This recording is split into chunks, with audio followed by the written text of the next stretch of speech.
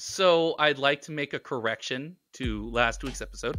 Oh, really? Already? So, yeah, I talked about the mighty boss tones.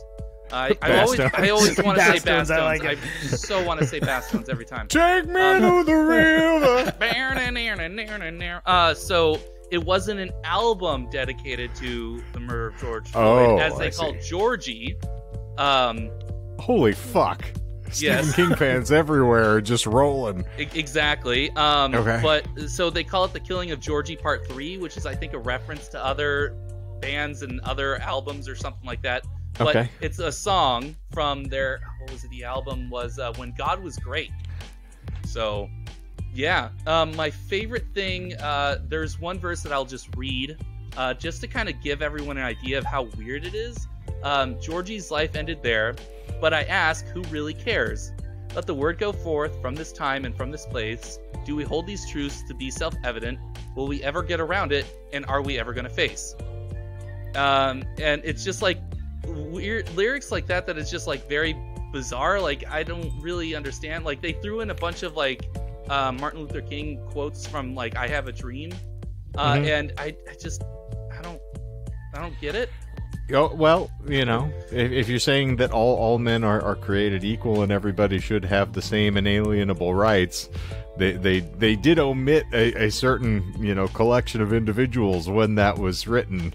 So I think they're alluding to the course correction that is necessary if we're following that. But yeah, some of the other stuff might. You know, I didn't ever accuse the Mighty Bosstones of being, you know, phenomenal lyricists over the course of their time frame. So speaking of the I Have a Dream, they literally say I have a dream. So another verse is, Georgie, please stay. They took your breath away. It's not what we were hoping for, and it's not what we need. I still have a dream. Rooted in the American dream, one day this nation will rise up and it will live up to its creed. I mean, I can appreciate the sentiment. Yeah, not quite the execution. Really poor choice of words, but yeah, that's yipes. Like, yeah, it's. I mean, it's cool that they were like, let's sing about this thing, but like maybe they went about it in the wrong way. Just a little. Hacky. Just a little bit. Yeah, just a smidge. Yeah, just a scunch. You know, they could have been talking about tits. They could have. They could have been talking about the great American torpedoes. And the plight of the working man. Yes. Torpedoes right all over the working man. And speaking of the working man, by the eternal behold, it is in fact the Disinformed podcast. I'm Shane. And I'm Michael. I'm Michael. And how many cherries are left to be sullied over the course of this time? But we are now on to the part 3 of discussion about the cherry Poppin Daddies, not the mighty Bosstones, thankfully. I think that no one's going to be, you know, rearing their ugly heads to get us to chat about them for longer. But c'est la vie, mon ami, we are moving on. And so, for the uninitiated, though, if you've never caught the show before, what we typically do here is we like to talk about random esoteric nonsense, and in the course of explaining it to one another, and y'all, we like to lie about it occasionally. That is the shtick. But we do not allow you to leave disinformed. Oh, no. We like to have a little denouement at the end of the episode. We tell you what we lied about and why. And hopefully we all have some fun and some laughter along the way. Provoked by some real evocative songwriting. And we've had a lot of evocative songwriting over the past several weeks, and so I'm looking forward to what is going to unfold as the rocket ride has started to diminish a little, and we're moving to the gravity's rainbow has taken hold, and we are in the descending arc of the Daddies' eruption.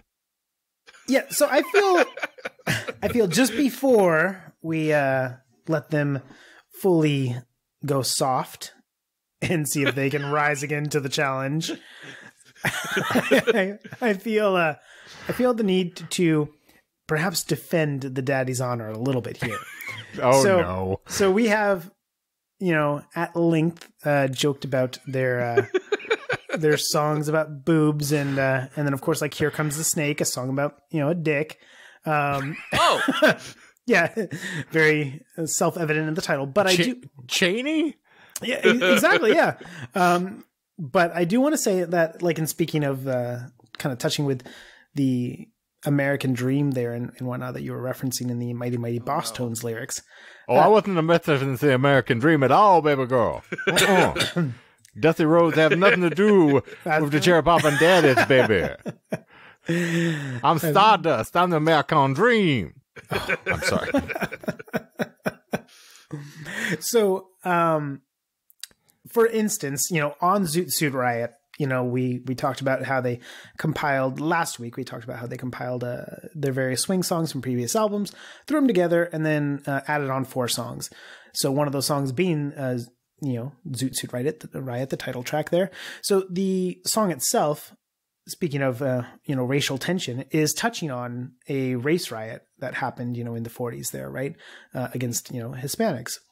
So, the song lyrics themselves discuss sailors chasing down just a group of, Hispanic individuals because of what they're wearing and then beating them with bats and chains and swinging hands. That's the main, bats and chains and swinging hands and who's your daddy? Yes, I am. And this Edward James Olmos stars in the film Zoot Suit that I think also chronicles the same situation. Yeah.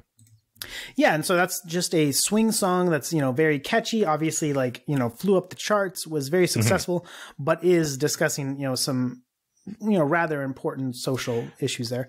Absolutely. From the time. And then another song that they added for the album is called Master and Slave, and it's essentially kind of a bit of an attack on Cap. Michael, you're going a bit wild there. Yeah. Like, ooh, the working man. Ooh, yeah, you tell. So the song Master and Slave is a bit of an anti-capitalist statement to a certain degree. So I'll just give you a little touch of some lyrics from that song as an example, in which we are not discussing boobs. But it says, friends and Romans, I'm your brother. I'm just scratching to hang on. The pursuit of happiness is just a carpetbagger's con. When a can of pork and beans can change my attitude, you won't give it up, but I could have been you. While the masters and slaves scratch for pieces of the dream, for purple's mountain's majesties, whatever the hell that means. They give up on each other, and that's the way they get ahead, but I can still see the stars through these red, white, and blue prison bars. So, nice. There is, some depth. I think you may have, it's just hidden the lead a little bit there because they were still talking about boobs. Oh, that's... The Purple Mountain Majesties. Whatever, I think we all know exactly what that means. Especially when they're snow-covered. Yes. No, we have they bit a little too hard during the rearing section there, but no, I think what the joke has become, which for those that didn't listen to the first episode, we had talked about how Steve Perry had really written to be socially conscious and to sort of address ills, and then the first example you gave us of lyrics was about boobs. So I think that the build up to then what was the actual execution is where the joke is, and not to say that, I don't want to just malign the good folks in the Cherry Poppin Daddies, who obviously take themselves very seriously, with the diapers and the dildos and the uproar. I just wanted to make sure it was very clear that we're talking about a very serious band.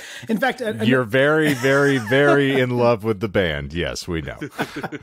But yeah, so that some of the...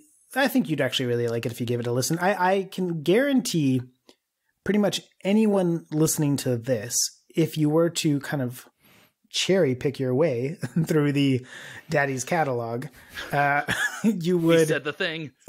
Yes, that's right. I can guarantee you'll find at least a couple songs here and there that you will enjoy, just because there is just such varied musical genres and tastes and instruments that they use that, and the lyricism itself, banters around from being kind of just funny, college, dorm room humor to very serious stuff. You're bound to find something you like, which is kind of one of the nice things about them, just because, and I think that's probably why they are my favorite band and have been for 20 plus years, just because, you go through phases when you listen to some bands where you get heavily into them for a little bit, but then maybe you get a little tired of it, right? And then you need to refreshen up with something else. And then you can eventually circle back to this band, that's one of your favorite bands. Whereas this one, with this particular band, I can just put their stuff on and I don't ever really have a chance to get tired of them, because I'm always just bouncing around like from genre to genre. So it's not like, oh, you know what? I've kind of been listening to metal for a while there. I think I'm going to go listen to, you know, some jazz or something, right? I'm always kind of in this being whipped around, that I don't ever have a time to get necessarily comfortable with the material before. Yeah. There's no they're intentioned in their dynamic, which is, you know, and you have talked about, they do address a lot of social inequity. They do talk about a lot of societal mores in addition to boobs. And so I can understand it's a tumble dryer, you know, you get a little soupçon of everything as you're going around. But yes. So now today, we just discussed a couple songs from Zoot Suit Riot there, and when we last left off, the album had, you know, just popping off the charts here in January 2000. We survived Y2K, but sadly, the Cherry Poppin Daddies did not survive much longer. Oh. So, rip. Yeah, with their touring schedule coming to a close, work on... yes, they went the way of... Whoa! I did not say that. I did Okay. not say that. I'm going to censor that. I'm just referencing what you said last week. I know. It was a callback. These are lovely people who I've spent a significant amount of my life with, and they're all beautiful people. Every single one of them. Beautiful they're people. all people, and I've always said that, and so there. So, if you recall, when the Daddy signed with Mojo, they signed for a 2-record deal. One of those records being Zoot Suit Riot. So there was another album coming out. So in the fall of 1999, the Daddies returned to the studio to record their 4th album, Soul Caddy. A loose concept album reflecting Perry's disillusionment over the cultural zeitgeist and his experience with fame, as he described it, a bittersweet record about being alienated and hoping to connect, noting the central themes of the album as being about loneliness and the search for meaning in a technically sophisticated yet soulless society. Ooh. So essentially, this is the Cherry Poppin Daddies iteration of The Wall. Yeah, I think you could actually... Yeah, I'd say that. What I love about Soul Caddy is... Add strokes to your golf game. Well, you know what? Well, Definitely. and it's funny that you say that because, and we will discuss it in a minute, but one of the, It's what they used to make the Dildorado, as we discussed previously. Well, one of the songs from Soul Caddy is Swingin' with Tiger Woods. Dirty. Yeah. Which is, not wrong. Prescient. Yes, in fact. yeah. Exactly. It was long before all that came out. It talks about, don't get bored or excited. Just look at old Dean Martin's face. An easy breezy motion. That's the way to make it all good. And you'll be a mighty swinger, just the same as Tiger Woods. Turns out they weren't lying. Well, Man's a mighty swinger. I would say, is it swinging if it's done without the other person's or the other married person's consent? Well, it's swinging when it's a backhand, I find. Oh, okay. True, true. Or a backswing, I should say. Yeah, sorry, the correct terminology. Right. Either way, What I particularly love about Soul Caddy is, it is such, even though, it's not like in terms of genre, it is such a punk rock record in that you've come out with this album that had this, insane success that you just didn't expect, right? And you're literally playing on the Tonight Show and stuff, right? So you've achieved this like mainstream success. There's all this pressure to follow it up with, more of the same, right? And instead, Soul Caddy is exactly like their first 3 albums in terms of you put it on and you have one genre, the next song completely different genre, like you're just whipped around all over the place. It is a Daddy's record, just with like better production values because they had more money into it. And they want to slough off the chains of the, old adage of like, give the people what they want. You just know, we're going to give you the record we feel like making. Yeah. And I love that. So as I said, the album, supposed to be about loneliness and whatnot because he was kind of, feeling, I don't know, disenchanted. It's alienation, Yeah. I do want to ask before you continue, just because they had the whole swing album, are there any swing songs in this album? Because I'm like insanely curious to see. Well, Swingin' with Tiger Woods is a swing song. Yeah. So, so you've got Swingin' with Tiger Woods is a swing song. And then outside of that, I'd say like Uncle Ray is probably like a Western swing, kind of like, you know, those country swing songs like, like several Texas swing bands. Daddy Don't Do That to the Cows Again. That famous song by Waylon Jennings. Daddy Don't Milk Me Too Like You Did Mama. Oh dear. Yeah. Yeah. Okay.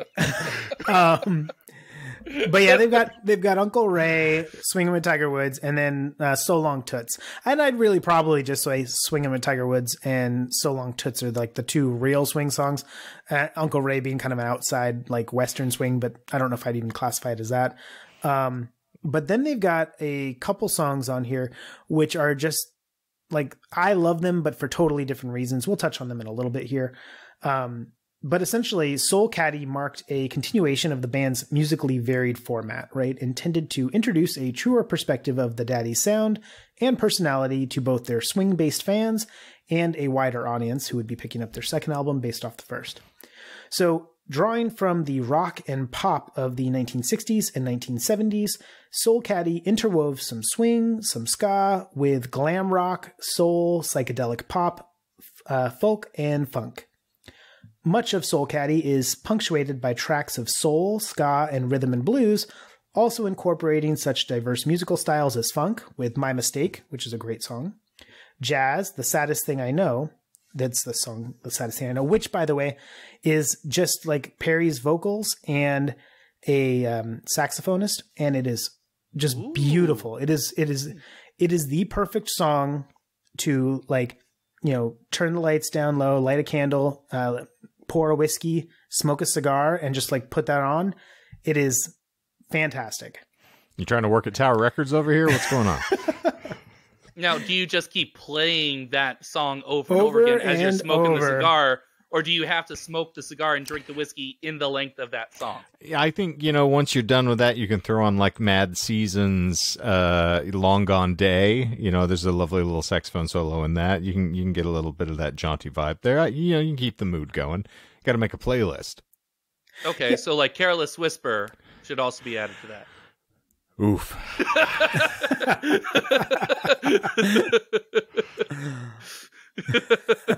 Sorry. I hear saxophone solo, I think of that like immediately. Well, at least you didn't go to Kenny G. We stayed away from John Tesh's greatest oeuvre there, so bless you. At least we got some Wham.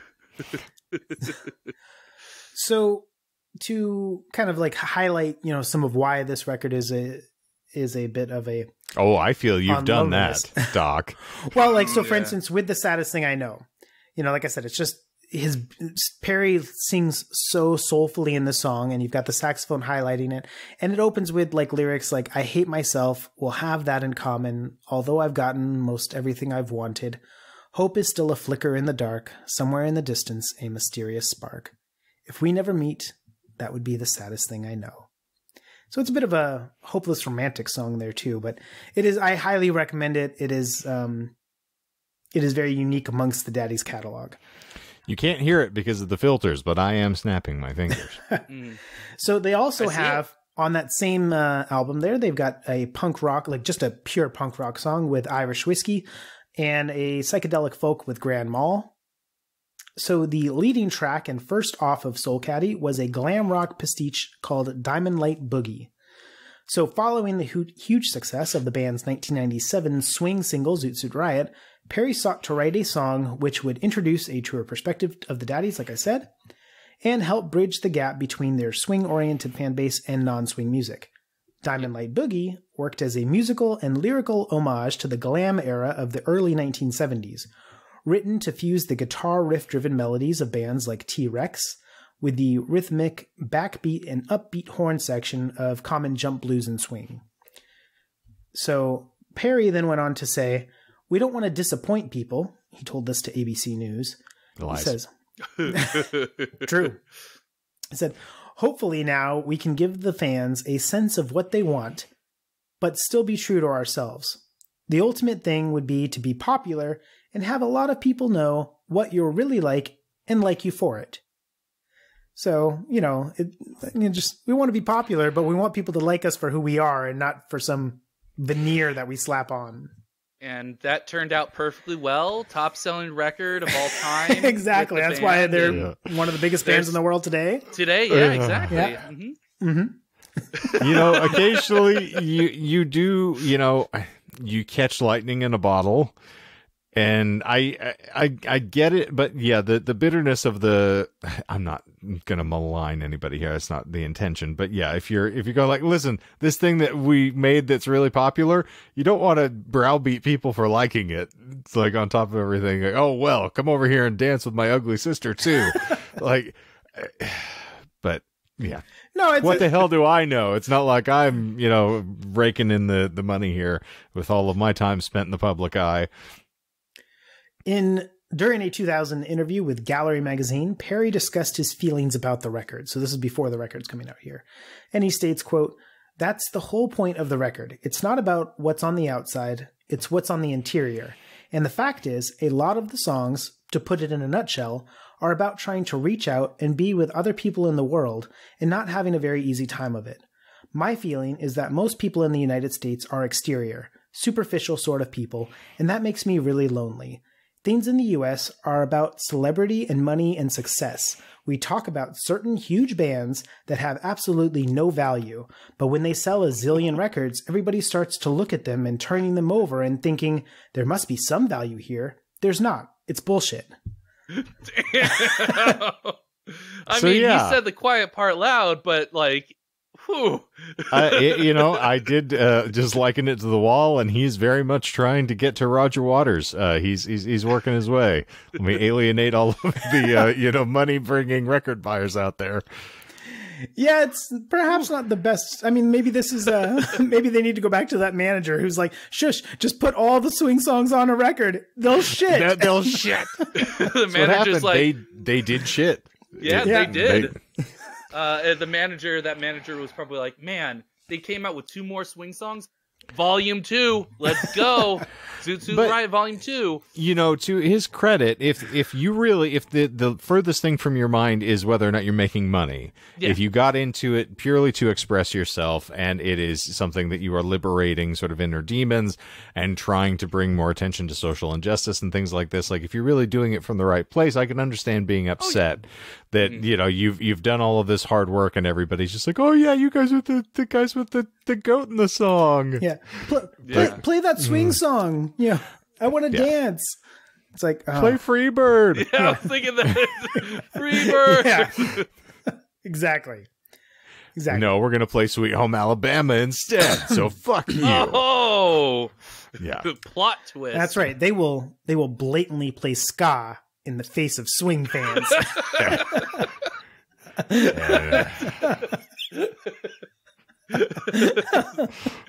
I still can't get over that. Like, they have so many other genres that they've played from. They have to do some that there's some connective tissue between the two. But like, yeah, we're gonna play ska. That'll show them swingers. That's right.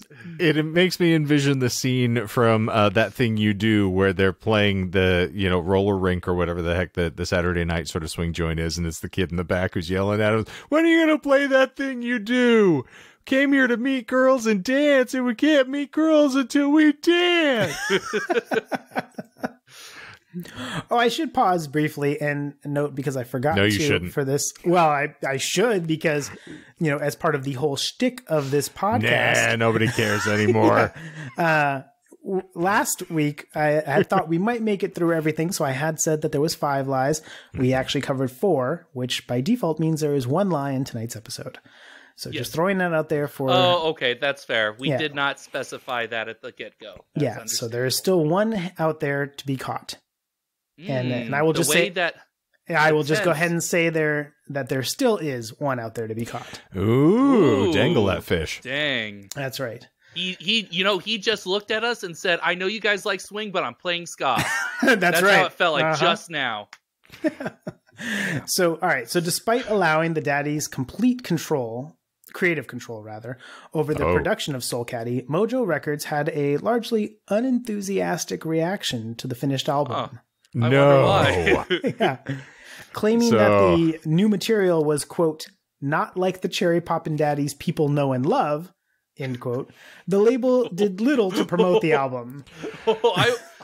Do you have any record of him responding to that statement? Because, like, I imagine that was just, like, completely just upset. Oh, that must have been such a kick in the teeth. Like, you know, to have to sit there in, like, some record meeting and have them say, listen, you know, this new album, it's not the Cherry Poppin Daddies people know and love. And be like, are you fucking kidding me? This is like every one of my albums prior to the compilation album. He's about to break out that diaper again. That's right. Like, ooh. He's going to need to. Because he's about to shit. I mean, well played. Like, this is every, you know, culturally depicted record executive on the planet. Every time you see somebody in a film or television or anybody's life story, the record company wants what sells. That's what they're there for. Like, it's not show friends, it's show business. You know, everybody treats it like a business until it becomes one, and then it's suddenly like, oh, but my feelings matter. Like, they don't care. Yeah. You just, you know, you have to kind of, it's the two trains moving in opposite directions that you kind of have to sit astraddle and try to keep yourself feeling gratified and, you know, fulfilled as an artist, but at the same time, they want to make money. That's why they're investing in you in the first place. Well, it went so far that at one point, their album or their record label released the single for Diamond Light Boogie without the band's name even on it. Allegedly due to a hesitancy over releasing a rock single from a band largely known for swing music. Wow. So how did they bill it? Yeah, like from Untitled Artist or? Yeah, I all I know is that it didn't have anything related. Like, it didn't say the Daddies, didn't say Cherry Poppin Daddies. It's just, you know. This leads me to believe that is a lie. And that is not a lie. No. It's like, how do you release a single without a band attached? Well, that's probably why they shortly after therefore left the record label, and also that album didn't do well at all. Go figure. Yeah. Yeah, it's fun, but again, if you're gonna get flippant with the people that are you know, funding you, there are ways for them to be just as vindictive about the whole situation as you are. And most of the time, they have more money than you do. Not in the current iteration, because artists have basically watched the downfall of the music industry as we know it. But back in the day, they were holding all the cards. Oh, yeah. Well, and especially, you know, 20 some odd years ago there, before, you know, streaming really took off or even existed. Or crowdfunding, for that matter, but... Yeah, so with virtually no major marketing or promotion behind it, Soul Caddy was quietly released on October 3rd, 2000. Soul Caddy, therefore, met with mixed to negative critical reviews upon release. The majority of criticism ironically centered on the album's lack of swing music. Damned if you do, damned if you don't. You're not swing enough to release swing music, but by God, you better have some on there. That's right, yeah. So... for instance, one of the critics here, Steve Greenlee of the Boston Globe, began his review with, quote, "Neo-swing fans, beware," openly accusing the Daddies of abandoning their swing roots in favor of a trendier sound. Yeah. While the Los Angeles Daily News echoed similar complaints, placing the album on their list of the 10 worst albums of 2000, with the reviewer wondering what made a swing band think it could get away with an album of recycled psychedelic pop. Well, why didn't you do your research, friend? Recycled? Jeez. Yeah, and calling them a swing band. Like, they're a band that does some swing, but not a swing band. But as you said, Shane, maybe do your research. Like, pop on any album other than the one that literally says the swingin' hits of. Maybe pop on any other album. But, yeah, so as you said, damned if you do, damned if you don't. In fact, Entertainment Weekly was annoyed by the way the band tackled each genre with the same, quote, insufferable enthusiasm, remarking, quote, "Perry is a far better writer than he is a singer," and giving the album a C- rating. Whoa. Yeah. Savage. Man. The thing about criticism, and I don't know, I think I've expounded the personal philosophy here, but it's like, who does it benefit?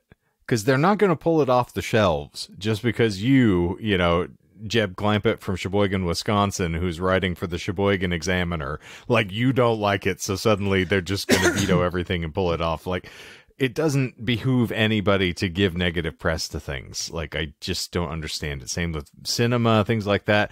Like, well, let's torpedo this film. Let's try to talk people out of walking through the turnstiles. It's like, how does that make you feel better? What little air of superiority does that give you that, you know, you've contributed nothing to the zeitgeist, but let's tear this thing down. Well, and like Entertainment Weekly's criticism there, like insufferable enthusiasm. Like, what does that even mean? You want them to like half-ass it? Like, I don't get it. And swing bands are generally energetic. Punk bands, it's 80% energy, 20%, you know, bar chords. Yeah, it's just it's so surreal because it's like, wait, so the band's enthusiastic and that's insufferable? Like, do I want them to be bored on stage or hate what they're doing? Like, I'm not. It's such an interesting like critique because I don't know how you would please somebody like that. You don't. You don't win with critics, unfortunately. Yeah. Mm-hmm. On the other hand, MTV.com stated that the band had a Weird Al-like ability to successfully tackle any genre, and that listening to the album was like taking a trip through every aisle of a record store, giving the record 4.5 out of 5 stars. See, there you go. Like, that is a useful like bit of criticism, air quotes, because like they're actually saying what they like about it. Because I think that's a lot more like useful for a person. Like, what do they like? Advocate the music for people who will like it, and then if you don't like it, you don't need to give it press, because that's almost as much of a torpedo as just make it completely irrelevant and don't even discuss it. Then congrats, that's more effective. Too, to say like a Weird Al like ability to successfully tackle any genre. Depends on how you feel about Weird Al, I suppose. Well, fair. That's a good point. So the Soul Caddy tour saw the band intentionally downplaying their swing side in favor of their wider body of sounds, a choice which didn't fare well with the Daddies' target audiences. Speaking retrospectively in a 2002 interview, Perry elaborated, quote, we went out on tour, and most people saw us as a swing band because of the success of Zoot Suit Riot. We felt this tension to be something we weren't. Already dissatisfied with the tour's outcome, consistently low ticket sales ultimately brought the Daddies tour to an early and unfortunate close. So, couldn't sell tickets, canceled the tour early. Rough. Oh, that sucks. Yeah. So, in December 2000, the Daddies mutually agreed upon taking an indefinite hiatus from performing, citing both Soul Caddy's commercial underperformance and the band's personal exhaustion from the nearly non-stop touring since the release of Zoot Suit Riot as a reason. And you'd hope that they'd at least manage to get a little money in the intervening time frame to kind of keep themselves afloat. But yeah, and so I will pause for a moment here just to say that is initially where part 2 ran to, and then we would be flowing into part 3. So for starters, briefly pause here to reflect and say, does anybody want to take a stab at where the lie was, the last remaining lie? The Entertainment Weekly good review. No, the Entertainment Weekly was the bad review. MTV.com. Oh, yeah. I see. Yeah. Well, then the good review is I was bullshit. Gonna say, yes, the good review was bullshit. From the entire thing, with the Weird Al likability, that was all me. Okay. Yeah. Oh, that's sad. That's very sad. You snatched away hope, victory from the jaws of defeat, as it were. Yeah, when both of you guys were like, yeah, see, that's what you do. That's how you do it. In my head, I was like, yeah, I wish that's what happened. I was like, I wish that's how it went. No, it's a sad state of affairs. Yeah. So the hiatus happens here. So they are gone, right? So we're in 2000, and they are on hiatus for several years. And it is during this time, without kind of flowing into the next bit of material, though I'm not sure where we are, but we'll talk about that in a second. I mean, we're on a Zoom call recording a podcast. Who am I? Where are we? Is Nixon still president? He said the thing. Well, I meant in terms of. Yes, I know what you mean. Well, the question is do we have any other albums to get into, significant detail discussing, or are we? So what I'm saying essentially is this: do we still have are we still good to roll out with the Dildorado, or are we getting close to where we need to tap out? Because I do have a little spiel here, because it was during this time that I discovered the Cherry Poppin Daddies. And ooh, please. Yes, Yeah. I think this is an effective way to wrap things up. We don't have to overstay our welcome for the week nor the evening, and I think this is a good place to go. Yeah, so it was during this break in which they ceased to exist, which is, my luck is when I kind of come across them. So during this time, so we're talking 2001 to 2006 is their hiatus, and we'll kind of get into the nitty gritty of that next week. But during that pause in their bit there, so you have Steve Perry kind of, disillusioned with the entire thing, right? Had that little bit of taste of fame, released Soul Caddy, as we talked about. No fanfare there. And the only good review was one I invented 20 years later. So, however, of course, Zoot Suit Riot, still, goes from being a very popular song to doing what most popular songs do over the course of years, gets played at, grocery stores and retail stores, right? Just on the overhead speakers and stuff, right? So relegated to the realms of music. Yeah, exactly. And so during this time, during their hiatus here, I am a teenager and I am working at Canadian Tire, which is like a Canadian version of Sears. Essentially, it has a I thought it was like a donut shop with a tongue-in-cheek sort of flair. No, it's just a big box retail great. store. There's an automotive section, a housewares section, a seasonal section, a hardware section.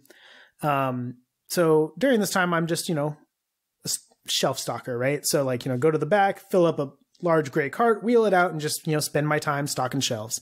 And then one day you run into a weirdly provocative golf cart that has just been parked in the back of the store. Yes. And then that's exact. How did you know? And the rest I'm is prescient. history. Yes. No, it's history. I wish I had stumbled across the Dildorado buried behind boxes there where, yeah. There's a lawsuit waiting to happen if you did stumble across the Dildorado. But actually, so this song would occasionally play, on the overhead radio. And I remember the day distinctly in that I don't recall the song playing that day, but it must have at some point, because I found myself for the rest of the day as I'm, stocking the shelves, singing Zoot Suit Riot to myself, but I didn't know the lyrics, right? I knew the main little, Zoot Suit Riot, and then I'm just making up the rest of the shit as I go. So, of course. Yeah, as you do, right? So it must have played at some point earlier in the day, and I heard it, and then it just earwormed its way into my head. And so I'm stocking shelves, not even realizing that I'm kind of humming this, singing this song to myself, making up the lyrics. And several hours go by when I realize that this stupid song has been in my head, and I've been doing this the entire time. So, this is pre easy Google times, right? Like Google existed, but wasn't, the behemoth that it is today. And it's pre-YouTube, so it's not like I could just easily Google it and then hop on YouTube and listen to the song and do all that jazz, right? You could Yahoo search or perhaps Bing, Ask Jeeves, maybe. Yes, I was going to say Ask yes. Jeeves. Jeeves find always their knew. MySpace page. Maybe even Napster. Can't remember when Napster started, but I did end up tapping into LimeWire, not Napster. Oh, Napster was dead. Metallica had already killed it by this point. Oh, okay. That's what I thought. Metallica I and Dr. Dre. Yeah, that's right. Dr. Dre. See, I don't know how Dr. Dre got away with it. Lars got dragged through the damn mud. Well, I think because Lars was also somewhat standoffish about it and went, no, fuck you. We want our money. And, I'm sure. And they still are that to this day. Also, Dre is very intimidating. That's true. Or was at the time. There were people being, executed around him. Yeah, motherfuckers that act like they forgot about was not Dre. a pleasant. I was going to say that Suge Knight was not a pleasant individual, and they were affiliated for a bit. Yeah, what is he like? Motherfuckers talking about talking like I ain't got guns. What you think? I sold them all? Exactly. Yeah. Exactly. So he was down with the AK.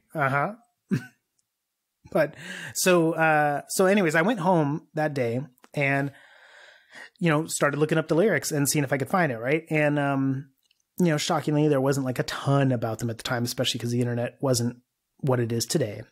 But and then I hopped on LimeWire and got lucky to grab like, you know, a handful of tracks here and there. There were some, and some of them took like, I remember it taking, some of them took like a couple weeks to find it, because you get little stints of it as the person was online. You get a little bit of download and then they'd pop off or whatever, and they'd have their settings set so that you couldn't be grabbing, like leeching it off them if they weren't online. And so it just took forever to get the little piece by piece. And plus, we're on dial-up speeds at this point. Yeah, exactly. My laptop at the time, I literally had to slide a card into the side of it as the Wi-Fi card to be able to connect to the internet. Like, so it's very, very old school. But that song, you know, I did hear more of, and I was like, okay, I like this. And then because I couldn't just grab an album of theirs, right? It was basically, I was at the, like the, you know, basically I had to just grab whatever I could off LimeWire. So we're only talking about a small handful of songs, which by default, because it's the Daddies, is all over the place genre wise anyways, right? So as I'm kind of getting these songs, I'm like, well, what the fuck is this? Right? Like I'm expecting something like Zoot Suit Riot, and I'm getting just like Teenage Brain Surgeon, which is like, what is like weird funk song that's like, what's going on? And then another song about boobs. And I'm like, what's happening? You're like, what is this swing band doing with all these other genres? Exactly. But unlike all of these other critics, I'm like, give me more. And I remember at the time, across the street from the Canadian Tire that I worked at, there was an A&B Sound, which was a record store at the time. That no longer exists. That you were partially responsible for putting out of business by hanging out on LimeWire. Well, you know, and it's so funny about that is that, to kind of backpedal real quick, when I was first looking for my very first job, I applied to a whole bunch of places, and the only places that I heard from was Canadian Tire and A&B Sound. And Canadian Tire offered, I think, $8.25 an hour. And this is Canadian, so, you know, like 50 cents. Oh. Yeah. Yes. So, and A&B Sound offered, Canadian Tire offered $8, and A&B Sound offered $8.65, but Canadian Tire was offering full-time. A&B Sound was only offering part-time. And so I decided it would be a smarter option to go with the full-time job. And when I told missed out. Well, when I told A&B Sound, sorry, I'm going to have to turn you down because I'm going to go with the full-time gig, suddenly they said, actually, we can hire you full-time if you want at the $8.65. And I remember talking to my stepdad's dad, you know, Len, who passed away, you know, like 15 years ago. But he gave me some really sound advice then. Yeah, exactly. Just, you know, RIP. Pour one out. Yeah. He gave me some really sound advice then because he said, you know, if A&B Sound actually needed a full-time position, they would have been advertising for a full-time position. They're probably just getting you or trying to get you to come on, and then they'll cut your hours. So best to go with, you know, the people that actually needed a full-time position from the start. So it's just kind of funny that A&B Sound, and then A&B Sound did go out of business, partially because of people like me using LimeWire, and they were out of business, and I was still stocking shelves at Canadian Tire. And then he danced on their grave as like, this is for not hiring me full time. You know, and I'll just say this. I did go to A&B Sound to look for Cherry Poppin Daddies records. I wanted to buy their CDs.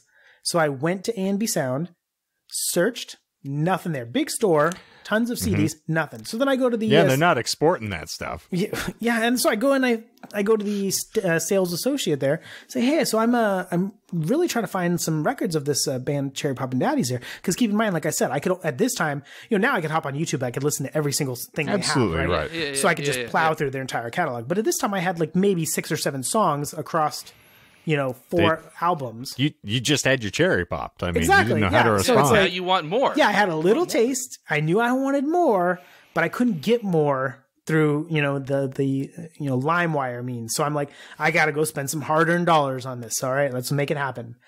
And so I went to A&B Sound, and like I said, nothing on the shelves. Go talk to the sales associate, and I'm SOL. I'm just shit out of luck. It's not going to happen. They don't care about Cherry Poppin Daddies. They're we not don't trek in this. That's right. We don't want your kind here. It was basically, this isn't a swing store. Yeah, we're not going to order that. Sorry. Sir, this is not the sort of establishment where we sell, you know, the groovy swinging stuff. Oh, no. Yeah, this is not some dirty XXX store. No, not with the cherry poppin' daddies. No. This is not the peelers. If you're trying to get some action here, sir, you best look elsewhere. We only have Sarah McLachlan and Alanis Morissette. And Celine Dion. Well, and Celine, naturally. Oh, what? We don't do the bare naked ladies. I told you already. It's not the peelers. Now you get out of here with your hooliganry. Go just, cavort down there by the tea hose or something. the tea what? The tea hose down there. Oh. Well, for a second I thought you said tea bars, which would have been super funny because that was the strip joint a block away from my house that I'd occasionally go to here and there. And the tea bars, so they had it was BARZ, but the tea was a thong. Yeah. Class establishment in the fabled Canadas. It was great.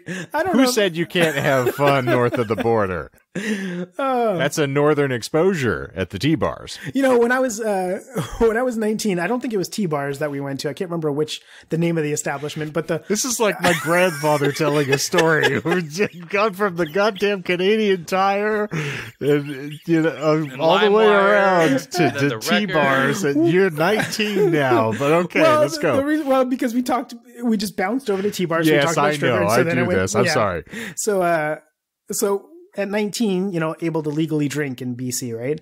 So we went to the strip joint because I'm 19. I can go there legally, order a beer and whatnot. And tits. And the lovely woman. The lovely woman that goes on stage. Beautiful buttery nipple is what it's called, Michael. Beautiful young woman that goes on stage. She starts dancing to Metallica. And, at the time, I'm like, and am today, but I'm a huge Metallica fan at the time. What was it? Nothing Else Matters? No, it was like a legit Metallica song. One. Like Nothing Else Matters is not a legit Metallica song? How dare you? No, it's one. It's literally one. You just hear the helicopter going off in the background. Yeah, it was actually really cool. The cheeks. Okay. It was. I got a great visual. Thank you. A wolfen man. She was badass. Yeah. She has really good timing with that. That is an aggro twerk she's got going there. She's and yelling that's at the where twerk stage. Was invented. Do a wolfen man. He's like, I'm not here for the dancing. I'm here for the Metallica. Yeah. And yet her ass cheeks still sounded better than the snare on Saint Anger. It's so strange. Sadly, when I asked her if she would do a private dance, she said, "Don't tread on me." Well played. Yeah. But no, she legitimately, actually, because I asked her, I said, "Hey, it's my first time coming. Would you do terribly poor choice of words." She's like, "Well, I'm glad it was your first time. Your cherry was popped." Yes. Speaking of, but no, I asked her if she did like private dances and stuff, or my friend did, and I'm not Tina Turner. It was, and she said no, she didn't, and then everybody like two other dancers were like, "Oh, we will if you want," but they were all dancing to like music I didn't care about, and I was like, "No, I want the one that was doing Metallica. That was cool." Oh, that's the most hipster stuff. Okay, anyway. But yes, anyhow, so I was just a little aside there, but long story short, a very entertaining one. Thank you. Long story short, was unable to get a record of the Cherry Poppin' Daddies at A&B Sound, and they're at the time, like I said, they were on a hiatus, so there was no activity or anything going on their website. I think the website might even have been down at the time, but certainly like they weren't like taking orders or anything. Mm-hmm. So I didn't actually get to hear like much of their stuff until, luckily, like the advent of like, YouTube and the plethora of like, stuff that gets uploaded to that. And then from there, once they came out of hiatus and like returned, which we'll get into next week. Really? Then I was able to, actively pick up all of their material and still am. But and you're all the better for it. Oh, much. And it was great because sometimes, when you get a little taste of something, right, and you're like, oh, I really like this, and you're excited. Like a girl clapping the cheeks at the tea bars. That's right. Well, I mean, for all I know, like, I'm kind of glad she didn't do the private dance because I could have ended up having to fight fire with fire myself. Just ride the lightning. Battle? I can clap my cheeks better to one than you can. It was the Call of Cthulhu, I think, is what we were listening to there. Yeah, and depending on what all happened there, if she gave me anything, my balls would have been trapped under ice for the next couple weeks. Thank you. You took the words right out of my mouth. But you would have required a fixer, I think. Oh, yes, exactly. That would have gotten your reload. That's what Mama said. Yeah, that's what I heard. It's the struggle within. That left your outlaw torn, in fact. Yes, and that's why my halo's on fire. Yes, but in point of fact, one thing we learned from that story, she ain't your bitch. That's right. That's right. And sadly, I don't think I'll ever see her again. I'm waiting on the day that never comes. He's just going into strip clubs being like, is anyone playing Metallica these days? Do you have any young ladies who may perhaps rend their clothing from their bodies whilst dancing provocatively to the fabled Metallicas? Sir, this why is are you removing me from the establishment? Hey, as a patron, that was one of only a handful of times, like maybe 3 times I've gone to a strip club, like in my entire life. And I didn't come. No. I used to, like, one of my buddies, like, was a manager at a strip joint. So we used to go, like, me and my friends used to go there and hang out there all the time, but we'd be in the back. We wouldn't actually be, like, on the floor watching the dancers. It was a very, have I told you this story? Maybe I said this story before. I don't know. But no, you haven't. Okay. Well, so when we would go to see Brad, because like I said, he was a manager of a strip joint. Sorry, Brad. Yeah, it was. Oh yeah, I guess no names. Got outed on a podcast. Oh yeah, but when we would go to see him, it was a super funny experience because, like I said, I've only been as a patron. I'd only been to like a strip joint like 3 times, including one at 19 years old when I first could go. But when we'd go there, we'd be in the back office just kind of hanging out with him, right? And then the dancers would come into the back. Just to like, talk with them briefly or like exchange, like, break 20s into whatever. And into whatever. Well, like 5s and stuff. Cause there's no 1s or 2s unless you're going to chuck coins at them. Oh, you got struck right in the cornea with a toonie. Third time this week. That's right. But who the hell throws a loony at your ass when you're clapping to 1? I'll tell you, Canadian money makes a lot more sense for strippers because you can see if it's worth your time going over there just because it's colored, right? You'd be like, exactly. Oh, that's a 10, that's a 20. Oh, damn, this guy's dropping 50s. And, in an American strip joint, it all looks the same. You could be going over there for singles and you're like, wasting my time.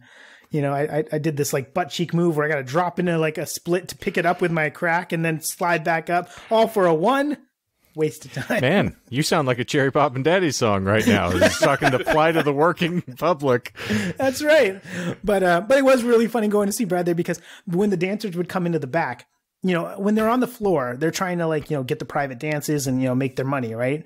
So like, and get their tips. So they're very flirty. In the back, they're just wiping ass sweat. Well, yeah, they'd walk into the back. They'd be like, they'd fart and stuff and just like stink up the whole room and then laugh and walk out. And it's so funny, the juxtaposition of the two, right? Because you'd have them go in there and burp and fart and say all this like horrendous stuff and laugh about stinking up the room. But then they'd go out the door and then it would be like light switch and they're turning on the sexy charm and they're trying to get the tips and be super flirty with everybody. And so it was so funny to watch these girls like, as they're making their money and turning that side on and then just seeing them walk through a door and like, boom, there's the real them, right? And it was cool. As we were extolled by a long ago tale, pay no attention to the man behind the curtain. Exactly. Yeah.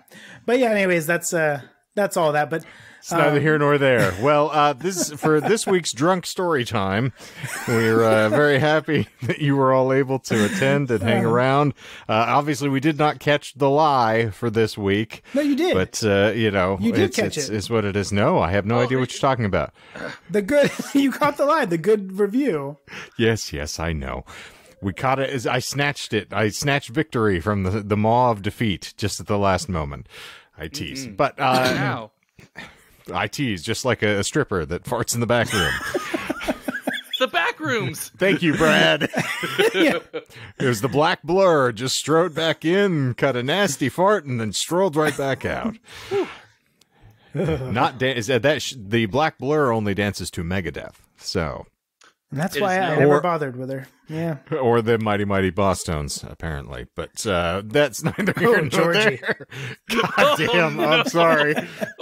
Oh, no. I got a Larry the Cable Guy, that one. Oh, no. Lord, forgive it. Lord, I apologize for making jokes about the George Floyd on the Mighty Mighty Boss Tones song. Now, bless all the children in Ethiopia. In any event, God damn. All right. We're going to get ourselves out of here. Yeah, I hope that you all have enjoyed it. Cut it out. Okay, plug it up. I'm going to hit the mute button here. Anyway, we love you all. We appreciate you being here every single time. Without fail, it is appreciated beyond my ability to appropriately depict it. And subsequently, if you are enjoying the show, you can tell us. Give us a little rate and review. We'd love to hear from you. And of course, be sure that you subscribe in your preferred podcast provider app, and then you can get our shows as they wing your way every lovely Monday morning to your great delight or disgust, depending upon the circumstances, I suppose. Of course, if you want to follow up with us, you can check us out. There is a link in the show notes that'll take you to all of our irrelevant socials, including our very vibrant and vituperative YouTube channel. It's very entertaining. You should check that out. And, everything else that is essentially defunct. But I think that is going to finally plug the cherry up, throw the thong back on the T-bars as we complete this evening's festivities. Yeet ourselves out of here. And so, for the Disinformed podcast this week, I'm Shane. And I'm Michael. And I'm Michael. And zippity zoop, we're out of here.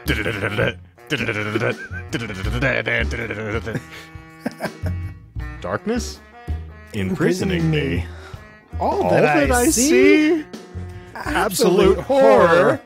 I cannot live. I cannot die. Fighting myself. Body my holding cell. Landmine has taken my sight, taken my speech, taken my hearing. I cannot live. I cannot die. I am doing the same verses again. Trapped in myself, body my holding cell.